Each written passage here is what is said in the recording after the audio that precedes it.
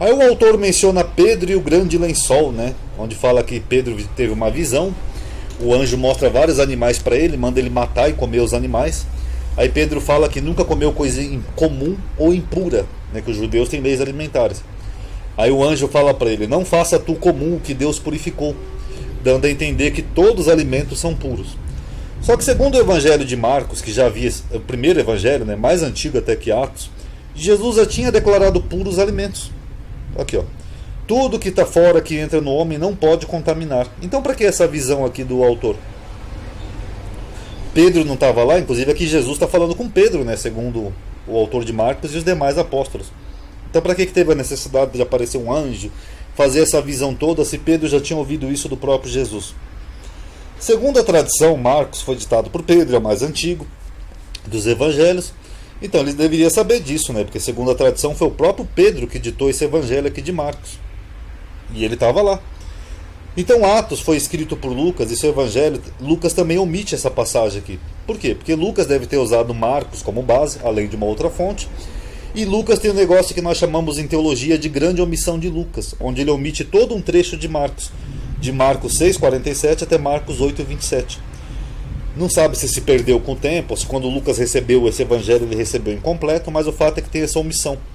Então por isso Lucas desconhecia essa passagem aqui, ó. Aí Lucas cria uma visão para tentar dizer algo parecido, que todos os alimentos são puros. Isso que seria o mais provável. E o mais irônico é que no próprio livro de Atos, o mesmo autor, depois, no capítulo 15, ou seja, logo em seguida, ele mesmo se contradiz, porque quando o Espírito Santo age lá sobre o concílio de Jerusalém, ele diz que nem todos os alimentos são puros. Ok, ele fala para se abster das coisas sacrificadas aos ídolos, do sangue e da carne sufocada. Mais uma vez mostra que esse autor não estava presente nesses fatos, nesses acontecimentos, e ele contradiz o tempo todo os evangelhos, o próprio Paulo e o próprio livro em si. Eu posso tomar isso como histórico baseado nessas contradições? Com todo respeito, não. Vamos ao segundo ponto, os erros cronológicos. O autor de Atos e Lucas, que acredita-se ser o mesmo, ele comete erros cronológicos que torna difícil acreditar que esse livro é histórico. Por exemplo, o ano tradicional de Jesus, né, do nascimento dele, seria o ano 1. Inclusive o calendário é contado a partir de Cristo, né? Era suposto Jesus não ter nascido mais de 2 anos de idade quando Herodes mandou matar os inocentes, Herodes o Grande. Só que Herodes morre no ano 4 a.C., ou seja, antes do calendário. Então isso levou o calendário gregoriano. E isso levou alguns cristãos a redatar o nascimento de Jesus entre 6 e 4 a.C. Então, provavelmente, segundo Mateus, Jesus nasceu 6 antes do calendário gregoriano, antes do ano 0. Ok, por causa do rei Herodes, tá bom? Só que, no entanto, Jesus também supostamente nasceu durante o censo de Quirinos, segundo o autor de Lucas e de Atos. Só que esse censo de Quirinos ele aconteceu depois de Arquelau ter sido deposto, ou seja, no ano 6 depois de Cristo. 10 anos depois que Herodes já tinha morrido. Então, quando que Jesus nasceu? Porque, segundo Mateus, Jesus nasceu no ano 4 ou 6 antes de Cristo. Segundo o autor de Lucas e Atos, que é o mesmo, Jesus nasceu 6 depois de Cristo. Então, como que eu posso tomar um relato como histórico se esse relato ignorou completamente que os cristãos anteriores tinham uma outra data para o nascimento de Cristo? E aí? Supostamente Jesus foi batizado por João Batista depois de João ter começado a batizar e pregar no 15º ano de Tibério, ou seja, em 28 e 29 depois de Cristo, quando Pôncio Pilatos era o governador da Judéia, tá bom? Aqui, ó, segundo Lucas, ó. E Herodes, o tetrarca da Galiléia, e seu irmão Filipe, tetrarca da Itureia e da província de Traconites, e Lisânias, o tetrarca de Abilene, sendo Anás e Caifás, o sumo sacerdote. Tudo isso daqui é o que Lucas, que não foi testemunho ocular, traz. Tá? Esses primeiros versículos aqui. Tá? Só que de acordo com o Novo Testamento, deixa eu só colocar a letrinha D aqui. Isso também aconteceu quando Lisíanas foi tetrarca. Aqui, ó. Lisíanas, o tetrarca. Deixa eu dar até um destaque aqui, ó. De Abilene, e Anás e Caifás era o sumo sacerdote. Aqui, ó. Sendo Anás e Caifás sumo sacerdote. Outro absurdo, né? Porque não tem como ter 2 sumos sacerdotes. Mas enfim. Mas só que Lisíanas, ele governou essa cidade de Abilene de 40 antes de Cristo até ser executado no ano 36 antes de Cristo. Esse Lisíanas aqui, ó, mencionado aqui, ó. Deixa eu até dar uma destacada aqui para vocês verem, ó. Em amarelo, pronto. Ele foi governador antes de Jesus nascer. Bem antes. Então como que João Batista começou o seu ministério aqui? Então ele foi executado no ano 36 por Marco Antônio, cerca de 60 anos da data de Tibério e 30 anos antes de Jesus nascer. Então quando que João Batista começou o seu ministério? Porque segundo o Novo Testamento a gente tem duas datas. A gente tem essa proposta por Lucas, que foi bem antes de Jesus sequer nascer, ou seja, bem antes do Novo Testamento sequer existir. E tem a data que é dada pelos evangelistas, que foi, ou seja, pelo próprio Lucas, que foi entre 28 e 29, durante o período que Herodes era o tetrarca da Galileia. Então, se Lucas não sabia que aqui nós temos uma diferença de umas 3 décadas, aliás, 3 não, né? Mais, né? 40 a.C., mais uns 34, uns 70 anos de diferença.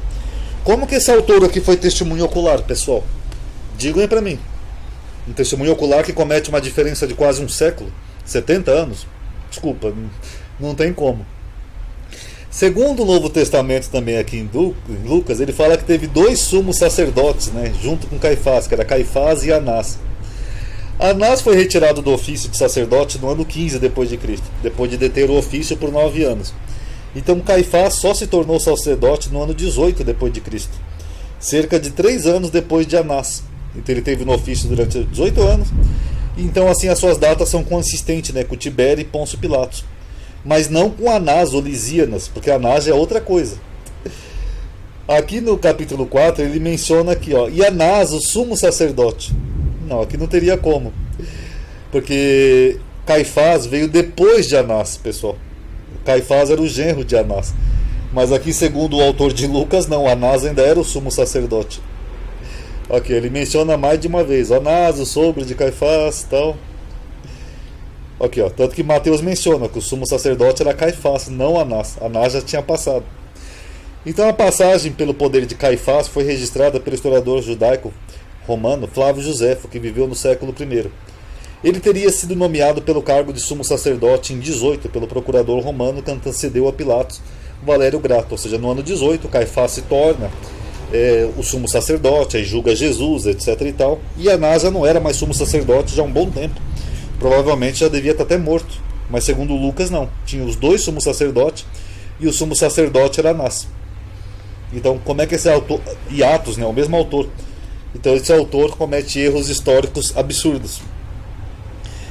Apesar de Atos dos Apóstolos apresentarem Judas da Galileia, né, o Judas o Galileu, que é Yehudá da Galileia, e Teudas e Jesus como 3 personagens diferentes, ele situa incorretamente Teudas, que foi crucificado no ano 46, bem depois de Cristo, esse tal de Teudas, antes do Judá da Galileia.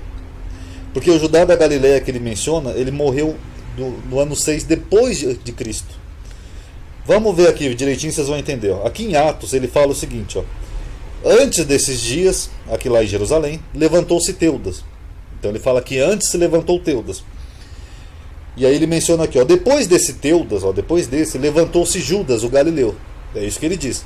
Antes desse se levantou Teudas e depois Judas, o Galileu. Só que Judas, o Galileu, ele é da revolta judaica romana, que foi no ano 6 depois de Cristo, ou seja, bem antes. Então Judas aqui não foi depois, ó. Foi antes. E ele já tinha morrido um bom tempo. Foi antes até de Cristo, né? Cristo aqui mal tinha nascido, né? Vamos considerar que Cristo nasceu no ano 6, Cristo tinha 12 anos. E esse Teudas que ele falou que se levantou aqui no passado, ó, antes desse, ele só foi surgir 40 anos depois, no ano 44. O que mostra que o autor escreveu posteriormente, ele não foi testemunho ocular. Ele ainda inverte os 2 personagens e dá a entender que um veio logo em seguida do outro, sendo que na parte histórica foi assim, ó, no ano 6 teve Judas e no ano 44 Teudas. É um absurdo cronológico tão grande que é difícil até de você tentar harmonizar. Então, muito desses absurdos cronológicos, pessoal, parecem ser baseados em leituras erradas, mal interpretadas do livro de Joséfo, Antiguidades Judaicas, que foi usado como referência pelo autor de Lucas e de Atos. Ele deve ter entendido, se equivocado e cometeu esses equívocos históricos. E o último equívoco histórico aqui do livro de Atos é Paulo em Atenas.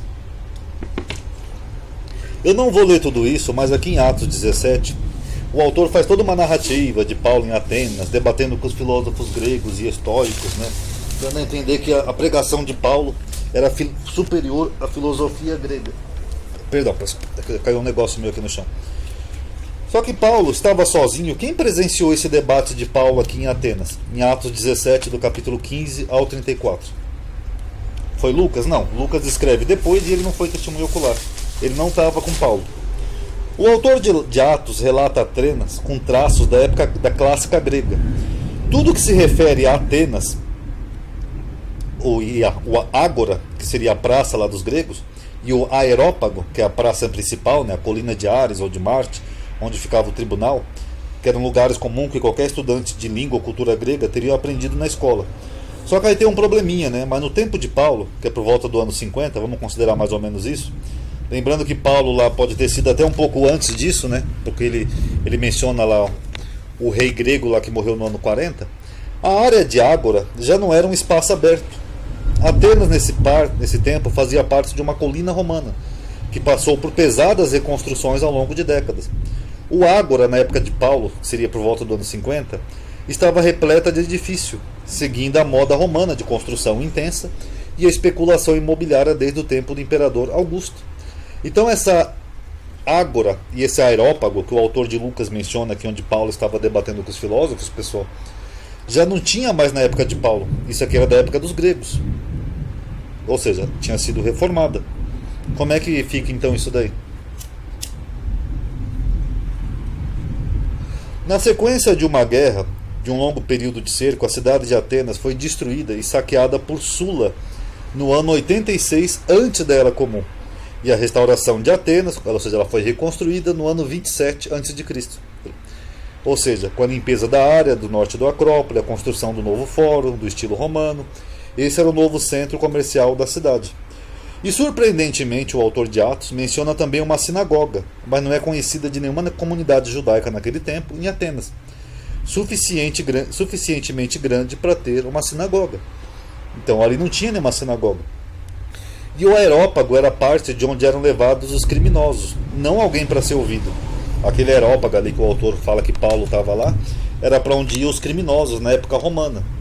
Então Paulo aparentemente encontrou um altar dedicado a um Deus desconhecido, né, não sei o que. Uma descoberta notável, né, considerando que mais ninguém tinha feito isso até aquele momento. Das dezenas de milhares de inscrições gregas, nenhuma inscrição dedicada a um Deus desconhecido jamais foi encontrada. Paulo revela aos filósofos ignorantes essa divindade desconhecida, ou seja, os filósofos gregos eram burros e ignorantes. Eles tinham uma placa dedicada a um Deus desconhecido e não sabiam que Deus era esse. Ou seja, ele dá a entender que era o Deus dos judeus. Só que tem um problema. Paulo começou o seu discurso se referindo aos filósofos gregos como demasiado supersticiosos ou religiosos. Só que a maioria dos filósofos gregos, né, epicuristas e estoicos, eles não eram só racionalistas, como na prática a maioria eram ateus.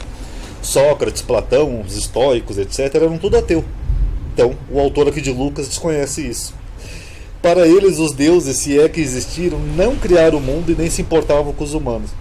E os estoicos também não tinham um grande apego pelo irracional, né? Eles eram bem racionais até. E o autor dá a entender que todos os atenienses eram ociosos, o que também não é verdade. E se tivesse uma placa dedicada a um deus desconhecido, não ia ter nenhum problema, porque os gregos tinham muitos deuses. Jamais eles teriam uma com um deus desconhecido. Eles com certeza iam filosofar sobre quem era aquele deus desconhecido. E essa passagem de Paulo se assemelha muito a uma de Sócrates. Essa passagem de Sócrates, eu não vou ler tudo aqui, senão vai ficar muito comprido o livro, mas no livro Banquete, Simpósio, quem quiser depois o esboço pode procurar na internet, que é sobre as 10 repúblicas, Sócrates ele vai debater com os filósofos gregos no Aerópago. Aqui, ó. Você pode ver na Apologia de Sócrates por Platão. É basicamente a mesma passagem. Ó. Paulo, assim como Sócrates, eles põem o seu ponto de vista no Ágora, antes de ser julgado. Os dois começam o seu discurso com homem de Atenas. Os dois não eram democrata ou igualitário. Paulo ouviu a voz do Senhor, né? E Sócrates dizia ser inspirado por uma voz, né? Que era o seu daimon, o seu espírito. E Paulo, no seu curtíssimo tempo, referiu-se a poetas. E Sócrates também se refere que uma das principais disputas na sua acusação dizia-se a respeito aos poetas. Então, com certeza, o autor de Atos tomou essa passagem de Sócrates. Então, em Atos dos Apóstolos, Atenas não é uma cidade, mas uma metáfora para a tradição grega, ou seja, pensamento racional. Paulo faz um discurso no Areópago, abandona o local sem ouvir o outro lado da história, né, do lado dos filósofos, e não estava interessado no debate com o racionalismo grego, ou seja, é um monólogo, não um debate de um lado só. Para o autor de Atos, a filosofia era um engano perigoso, o racionalismo uma obsessão das elites ociosas. Então essa passagem aqui é mais um absurdo cronológico, como Teudas, Judas, dois sumos sacerdotes, João Batista ter sido pregado 40 anos antes de Cristo, né? Tudo isso são absurdos que faz o livro de Atos não ser histórico.